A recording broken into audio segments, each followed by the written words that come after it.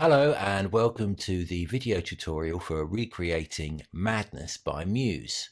Now, Muse are a well-known UK alternative rock act, and this song is off the album Second Law, which was released in 2012.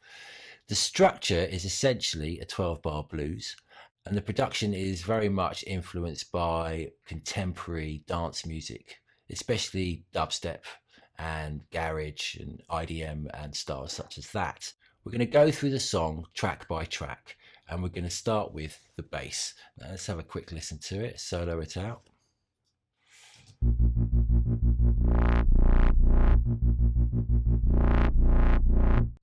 Okay, so what I'm going to do now is I'm going to show you how to recreate that sound.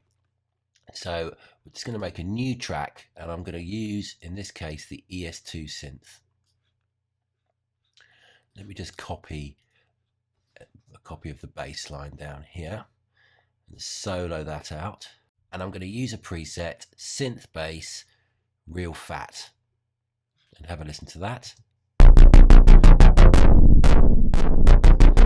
Okay, there's a little bit of work to be done there, but we'll just go through how the ES2 synth works. So it starts with, you have 3 oscillators here, 1, 2, 3, and these can be mixed with this little triangle mixer. At the moment we've got an equal amount of oscillators 1, 2 and 3.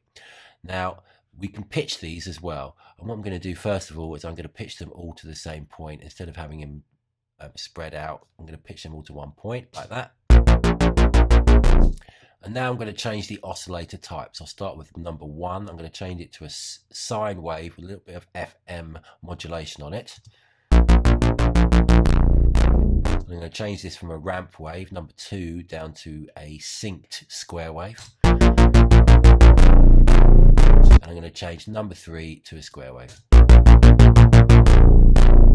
The next section is the filter section, and it's separated into 2 separate filters. I only want to use one filter, so I'm going to blend all the way to the left. So we're only using this filter section here. And I'm going to bring the filter down.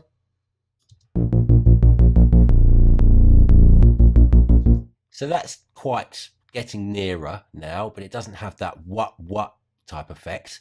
What we have to do there is we have to use a combination of the router and edit the envelopes. Now the envelopes are used to shape the sound, when we're using envelope 2 here to shape the filter and how that opens and closes. Envelope 3 is for the amplitude. So how do we route this? Let's look at the router here. I'm going to assign cutoffs 1 and 2.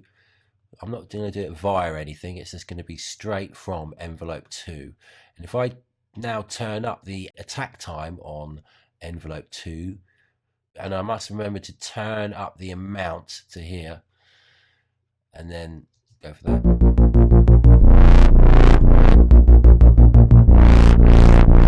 Okay, pretty much just turn that down a little bit more. It's got a bit of a click at the beginning, and we can use the envelope 3, the attack time, just turn up the attack time a bit. There's other things you can look at. You might want to make the tone a bit darker up here, maybe less distortion. Take it out of unison as well, which makes a surprising effect to the kind of sound.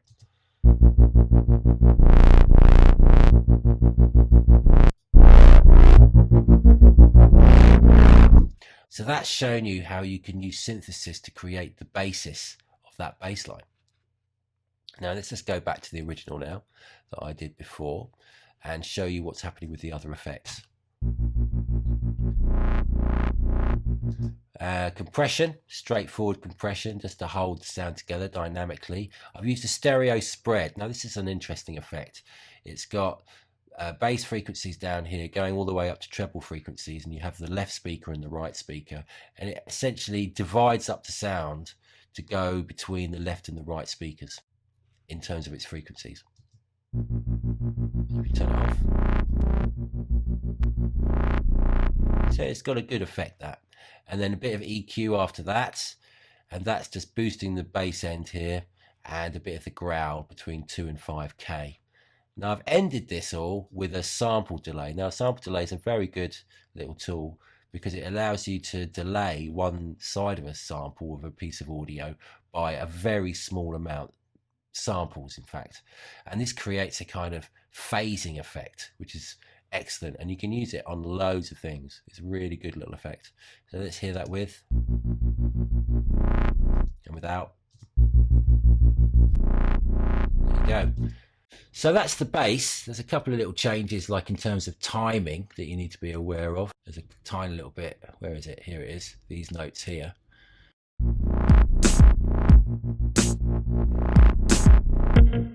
You can see that these three notes are slightly out of time, and you have to put them in by hand to make it sound like a kind of triplet feel. Right, so that's the bass essentially. Now let's move on to the drums. I've used the Ultra Beat kick drum bank here and ended up using my firm favorite, which is the Boutique 909 kick drum. Bit of compression, bit of EQ just to bring out a bit of the top. Later on, you can hear you have some reverb coming in. Now what I think they've done at this point is essentially it's a real drum kit that comes in underneath the sequence beat. So they've made it sound like it's a room, that it's live. And what I've done is I've just used the acoustic kick drum bank, just a round kick, and made sure I've got reverb on it here, which is compressed. So you can really hear the reverb effect. And we can hear it coming in. If we just solo out those two, it should just normal kick. And then there you go. So it sounds like someone's joining in over the beat. That's the kick drum. Okay, snare. Now the snare is a combination of an actual snare sound and a kind of hi-hat or hissy bit of white noise, if you like. Let's just hear the first bit, this one. Again, I've used the Ultra Beat and I've used a bit of sample delay to spread it out. But the most important thing about this one is I've delayed the entire parts by 25 milliseconds, which means it's always late. Now, if you hear that in conjunction with the other snare, you can hear they're slightly out of time with each other. They're slightly off. And that's to try to replicate that kind of flam effect that's on the snare, on the original snare. And I've boosted that again with this Goa remix snare as well. So all three together. Let's just hear that one on its own. That's just like white noise. Together with this one, it's more like a hi-hat. And then with the snare.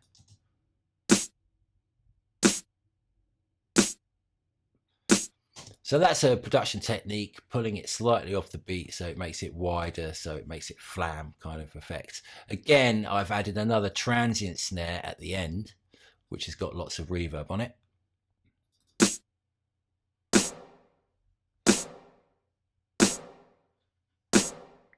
And that conjunction with the kick drum and all the kick drums and the bass, you get an effect like this.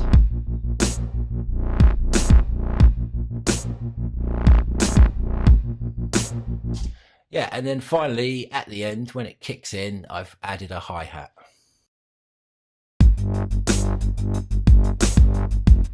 I've used the EXS24 here because that's got plenty of acoustic type hi-hats. Again, sample delay to try and widen out that sound. Okay, Cosmic Lead. That's that whiny sound that comes in with the vocal. I've actually used a sculpture synth here, which I haven't used much in the past because it's got a kind of tubular sound to it, which is what is in the original record. I've had to adjust the ADSR envelope a little bit by increasing the attack time and lowering the release time. But there are a few sounds here you can play with, but it's got to have that tubular sound. You might have to affect the EQ a bit. I've just rolled off some of the bass end and just a light bit of compression just to control it. Oh, and plenty of reverb, obviously. So that sort of sounds like this.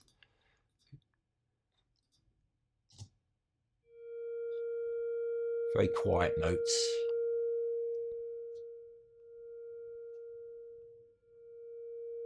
A bit like feedback.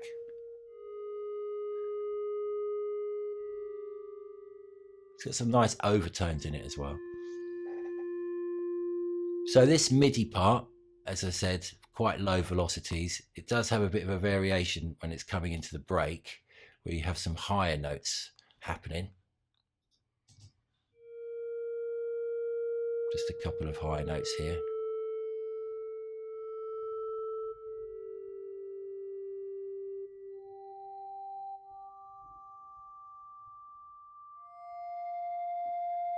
So that's all very ethereal anyway.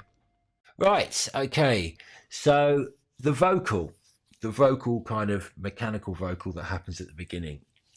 What I've done is I use the mic that you get on the Mac, and I recorded in the word madness, and then cut it up, chopped it up using the scissors, and placed them rhythmically where I wanted them.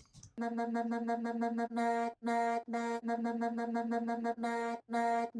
it's got a kind of vocoder effect on it. There's this one of the plugins you can use is the vocal transformer. You can robotize the voice, set it to the right pitch that you need, and then mess around with the format.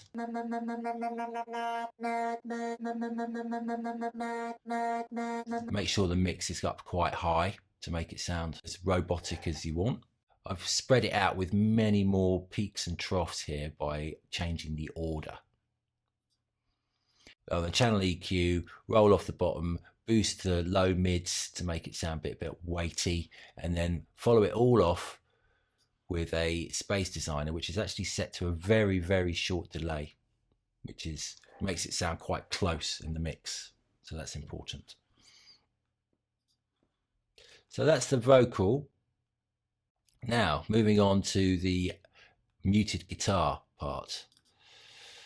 So velocities are quite important in this.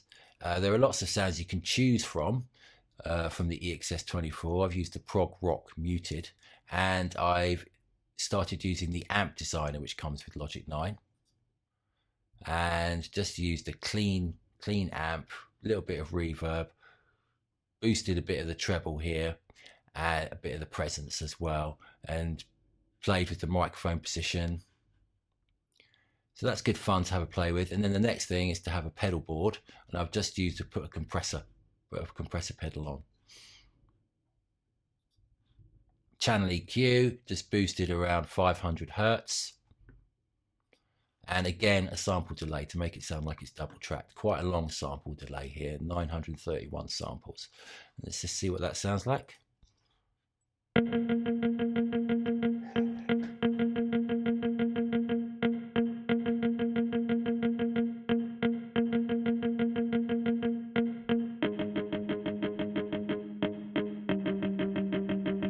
we go.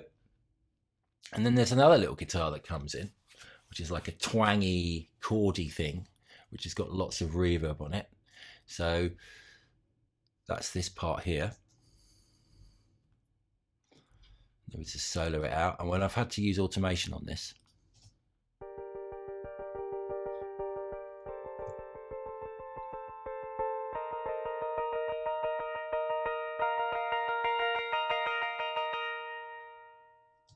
as the filter comes up on the plugin.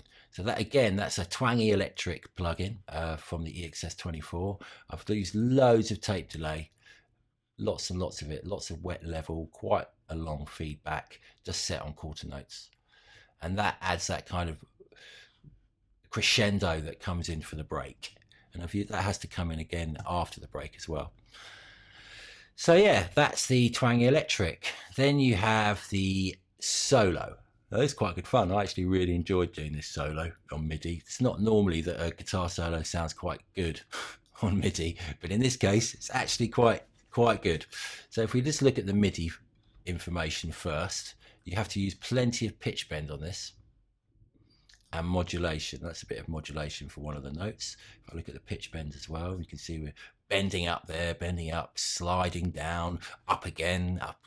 So there's quite a lot to think about in terms of like controlling this solo via the MIDI. And also note velocities and lengths are extremely important.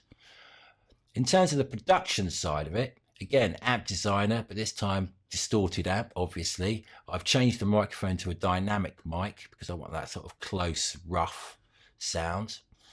And through the pedal board, and I've just maxed it out with a couple of distortion pedals, a vintage drive and a happy face fuzz, but there's plenty of other distortion pedals that you can choose and have a look at. Channel EQ.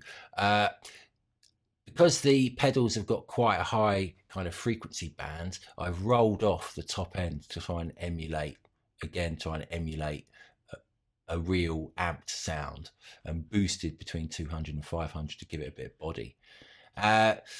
Again, sample delay, extremely long sample delay here to give it the width, the breadth that it needs without having to add loads and loads of reverb. I have added a reverb, but again, it's a very, very short one, half a second. Very short, very small, just to make it sound kind of close but wide. So that sounds like this. Let's hear it with everything.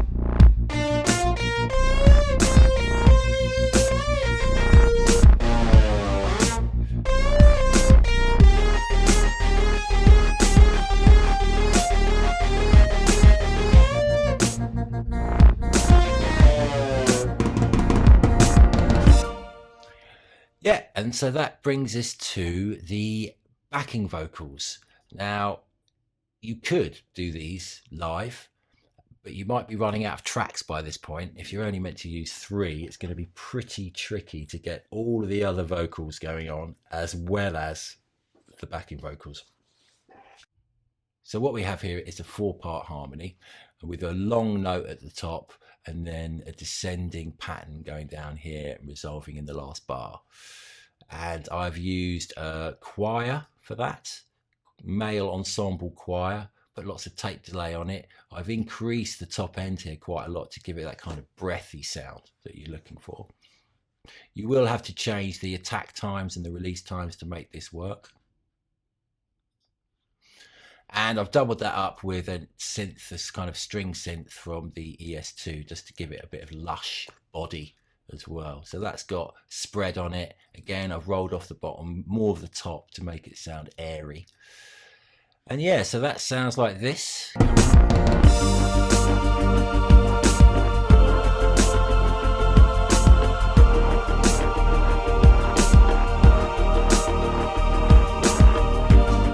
There you go. Right, little incidental bits. Let's start with the tom roll. EXS24, I've just used a dry standard kit for the tom roll. It's just a very straightforward tom roll.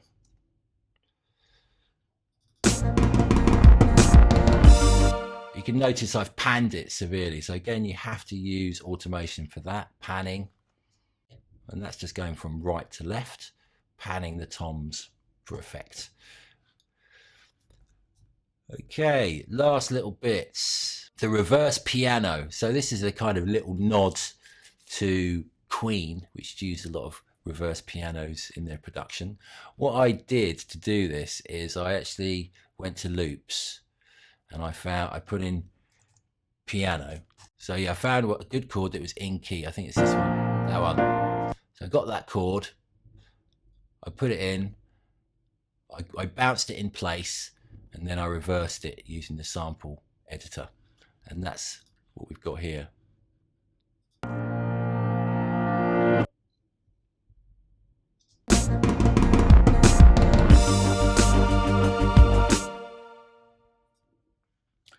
So that's quite good. You could do it another way. You could play it in with the EXS24, get a piano sound and play it in, and then bounce that in place and reverse that. So there are different ways to do that.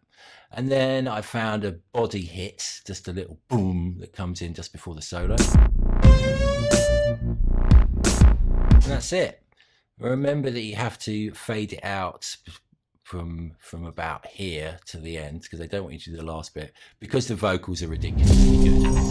So that does lead us to the vocals. So I managed to find an a cappella version of the vocal on YouTube, and I've put that in to kind of help me with the production of the rest of the track, because it really does help to have the vocal there early on. And I would suggest that you record a vocal early on to give you an idea, to really fit it into the mix.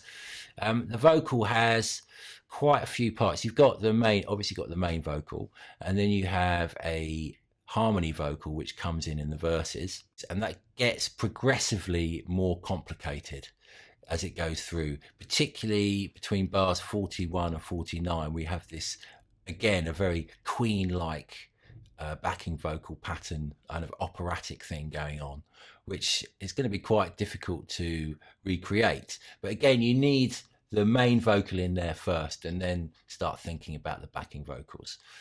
And then when you get to the end here, all these chords here are backing vocals. So we've got 4 backing vocals there, like individual tracks, plus the main vocal, plus there's a kind of question and answer, finally seen the light, coming in there as well, which is in the back. So at that point, there's at least 6 vocals going on.